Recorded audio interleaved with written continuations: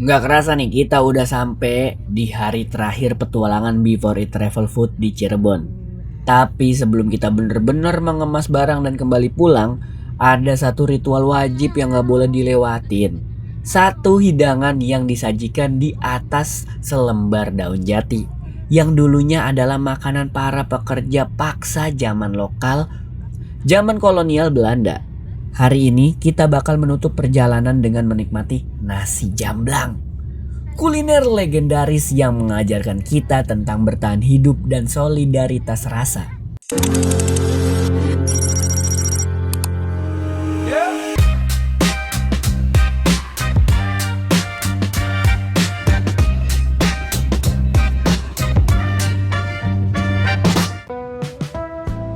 Sebelum roda mobil berputar ke arah pulang, perut harus diisi sampai puas. Pilihan gue jatuh ke nasi jamblang Ibu Nur. Salah satu spot nasi jamblang yang katanya paling rame di Cirebon. Dan bener aja pas gue sampai di sini, antriannya sih luar biasa cuy. Di sini sistemnya prasmanan dengan pilihan lauk yang melimpah ruah. Sembari gue antri dan milih-milih lauk, kita cari tahu dulu kali ya tentang sebungkus nasi daun jati ini. Nasi jamblang atau dalam bahasa lokal disebut sega jamblang punya sejarah yang sangat mendalam. Kuliner ini lahir sekitar tahun 1847 di Desa Jamblang, Cirebon. Saat itu, pemerintah kolonial Belanda sedang membangun jalan raya pos, Dendles, dan pabrik gula Gempol. Ribuan rakyat Cirebon dipaksa bekerja rodi dalam kondisi yang sangat memprihatinkan. Melihat penderitaan para pekerja, seorang warga lokal yang dermawan bernama Nyonya Tan Piao Lung atau lebih dikenal sebagai Mbah Lung tergerak hatinya nih.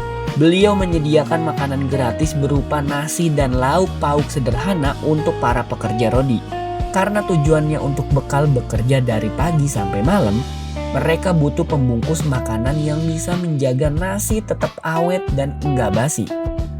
Disinilah kejeniusan lokal bermain. Mereka menggunakan yang namanya daun jati. Karakteristik yang paling ikonik dari nasi jamblang tentu saja adalah penggunaan daun jatinya ini.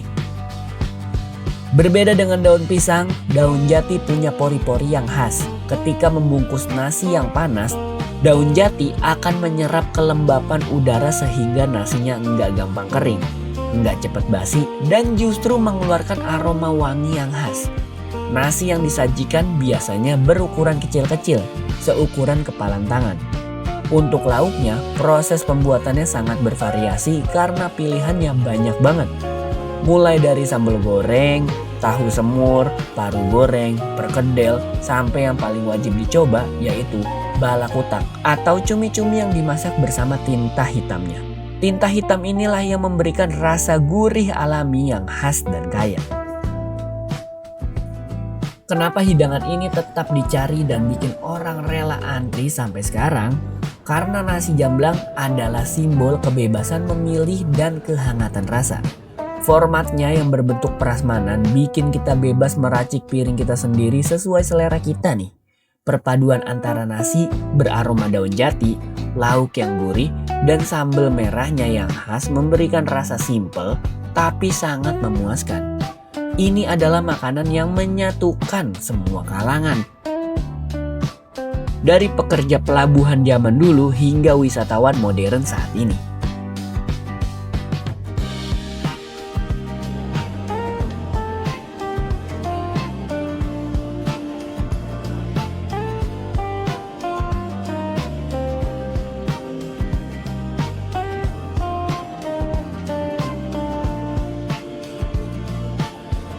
Perut udah kenyang, urusan kuliner dinyatakan selesai dan sukses besar nih. Tapi sebelum bener-bener tancap gas langsung pulang, ternyata ada misi negara yang belum selesai. Nyokap dan istri gue ternyata masih penasaran dan pengen shopping lagi. Akhirnya kita melipir sekali lagi ke salah satu kawasan batik buat berburu oleh-oleh kain dan pakaian.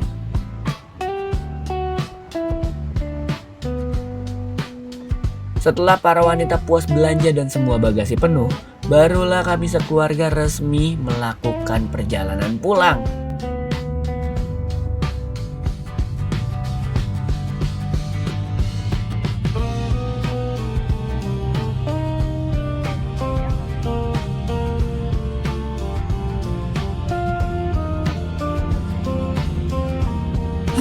3 hari di Cirebon bener-bener memberikan pengalaman yang lengkap banget buat gue pribadi dan mungkin buat keluarga gue juga.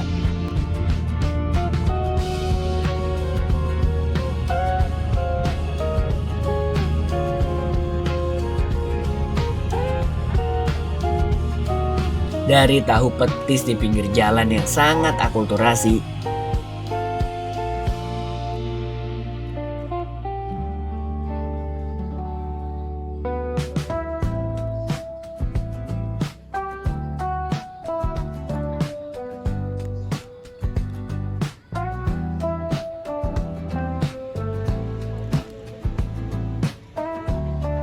kuah magis empal gentong dan empal asem, Itu kelapa.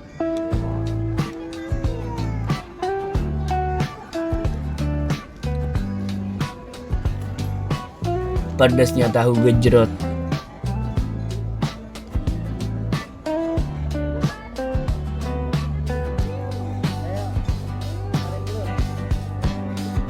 keindahan batik trusmi,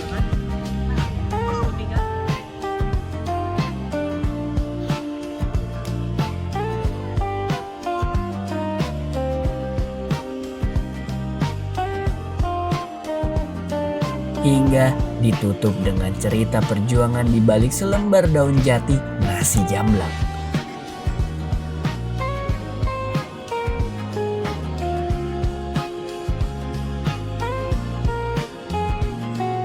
Perjalanan ini membuktikan sekali lagi kalau Before It Travel Food itu bukan cuma soal kenyang,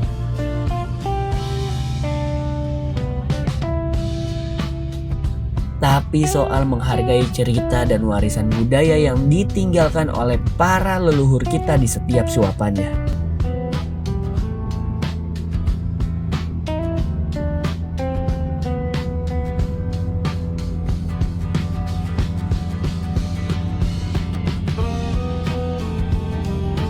Terima kasih banyak banget buat lo yang udah ngikutin trilogi perjalanan Before It Travel Food di Cirebon ini dari mulai hari pertama, hari kedua sampai hari ketiga ini.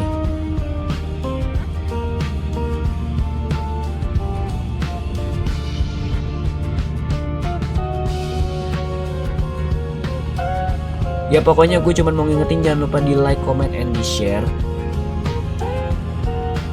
Di follow Instagram dan TikToknya Before It di @beforit_podcast. Di follow Spotify-nya, di subscribe juga YouTube channelnya. Pokoknya pantengin terus karena Before It akan update tiap minggunya. Oke, terima kasih yang udah ngikutin perjalanan kali ini di Before It Travel Food.